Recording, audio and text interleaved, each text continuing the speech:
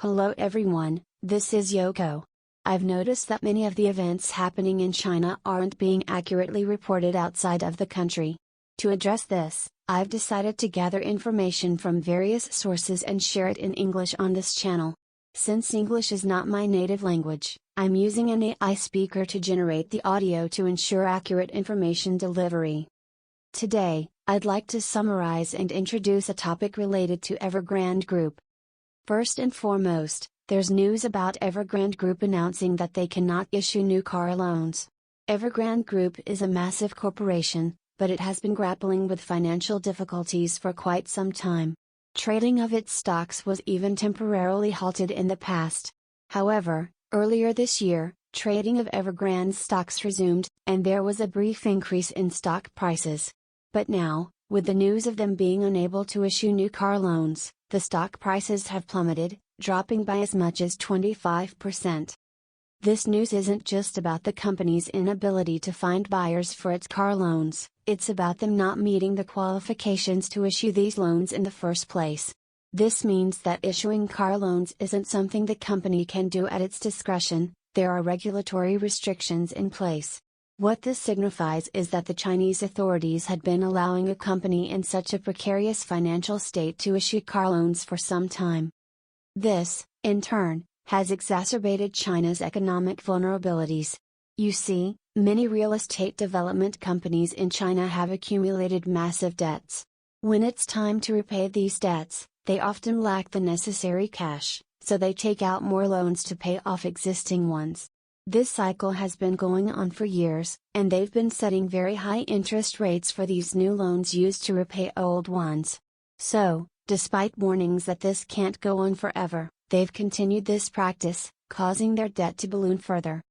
This isn't just Evergrande's issue, many companies in China are in similar situations. Evergrande's problems are just one part of the much larger debt problem that China faces. Chinese real estate development companies have mostly been engaging in this practice, leading to an oversupply of properties. As property prices start to decline, the profits from completing these projects are also shrinking. So, they are stuck with massive debts, unable to generate sufficient profits to pay them off.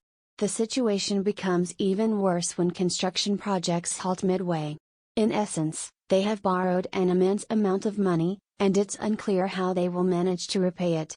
This isn't solely due to the pandemic, this situation had been predicted even before COVID-19. To prevent this situation from worsening, the Chinese authorities should have implemented policies to restrict the number of new projects and to cut losses on projects that were unlikely to succeed. However, real estate development has been a significant source of revenue for local governments, so they were reluctant to impose strict regulations. Developers typically lease land from local governments for, say, 70 years, paying significant sums for this land.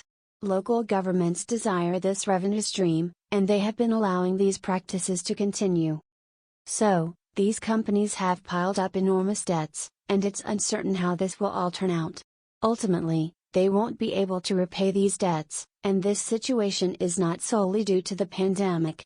Even though it's known that this couldn't continue indefinitely, the government allowed it to persist. Now, as property sales slow down and prices decline in most areas of China, these companies won't be able to generate profits. This means they won't be able to meet their debt obligations. Creditors are worried about being left empty-handed, so negotiations for debt restructuring are underway. These negotiations are facing challenges, and there's a growing possibility that they may not reach an agreement.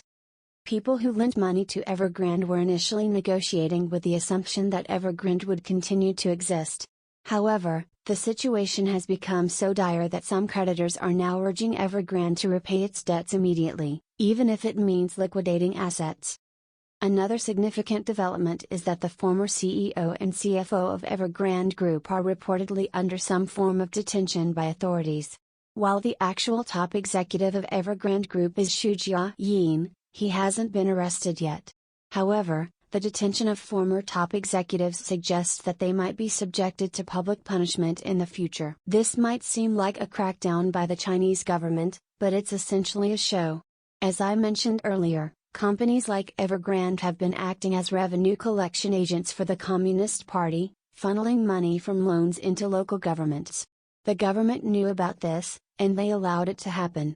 Now, they're blaming these companies and arresting their top executives to deflect responsibility.